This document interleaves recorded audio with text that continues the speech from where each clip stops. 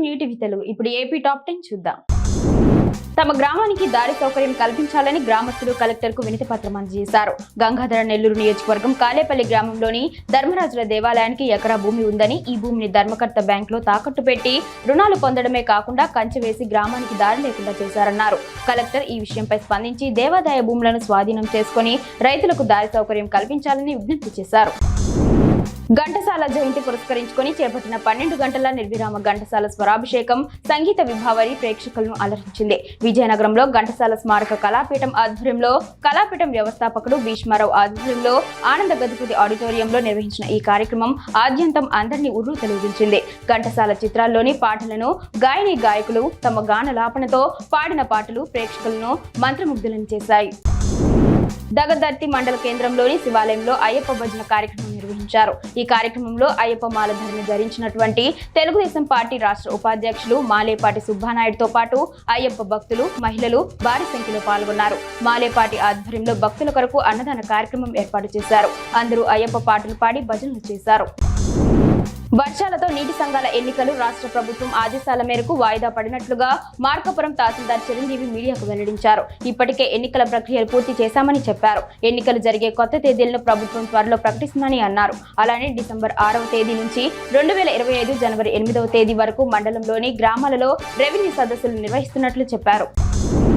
Doctor BR Ambedkar 68వ వర్ధంతిని పురస్కరించుకుని December 6 Tenali పట్టణం చినరావూరు తోటలో నూతనంగా ఏర్పాటు చేసిన డాక్టర్ బిఆర్ అంబేద్కర్ 9 అడుగుల కాంస్య విగ్రహ విష్కరణకు వేలాదిగా ప్రజలు తరలి రావాలని బుద్ధిస్ట్ సొసైటీ ఆఫ్ ఇండియా రాష్ట్ర కార్యదర్శి ఎండ్రపాటి అశోక్ కుమార్ బుధవారం రాత్రి తెలిపారు. దళిత మహాసభ అధ్యక్షుడు డాక్టర్ కత్తి పద్మారావు విగ్రహావిష్కరణ చేస్తారని అన్నారు.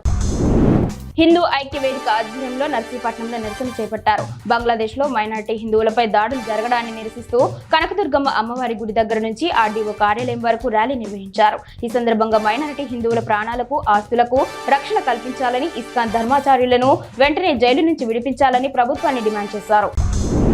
స్మార్ట్ లాక్ పై యాదమరి మండలంలోని పలు ఆధ్యాత్మిక కేంద్రాల వద్ద west CI Sridhar Naidu, S A Eshwar ప్రజలకు అవగాహన కల్పించారు. స్మార్ట్ లాక్ బిగించుకోవడం వల్ల ఎవరైనా దొంగతనానికి పాల్పడితే అలారం రోగుతుందన్నారు. తద్వారా దొంగలను పట్టుకోవచ్చన్నారు. హుండీ దొంగతనం, ఆలయంలో విగ్రహాలు, నగల దొంగతనాలు, ఇతర ఆర్థిక నేరాలను అరికట్టేందుకు ప్రతి ఒక్కరూ స్మార్ట్ లాక్ ఉపయోగించుకోవాలన్నారు. ప్రకాశం జిల్లా గిద్దలూరు నియోజకవర్గంలో గత 3 రోజులుగా వర్షాలు కురుస్తూనే ఉన్నాయి. గురువారం కూడా వర్షం కొనసాగుతోంది. 3 రోజులుగా కురుస్తున్న వర్షాల వల్ల నియోజకవర్గంలోని మిర్చి పంట పొలాలు నీట మునిగాయి. వర్షం ఇలానే కొనసాగితే రైతులకు తీవ్ర నష్టం తప్పదని రైతన్నలు ఆవేదన వ్యక్తం చేస్తున్నారు. శనగ, మినుము, కంది పంటలకు కూడా వర్షం వల్ల నష్టం వాటిల్లే అవకాశం ఉందని అధికారులు చెబుతున్నారు. పొన్నూరు మండలంలో అన్నదాతలు వరికి గిట్టుబాటు ధర వస్తుందో లేదో అని సందిగ్ధంలో పడ్డారు.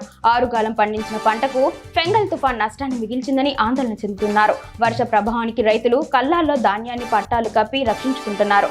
రైతు సేవా కేంద్రంలో అమ్ముదామంటే తేమ శాతం ఎక్కువగా ఉంది అని పంపించి వేస్తున్నారని, బయట అమ్ముదామంటే క్వింటా ధాన్యం 1200 రూపాయలకు విక్రయించాల్సి వస్తుందంటున్నారు.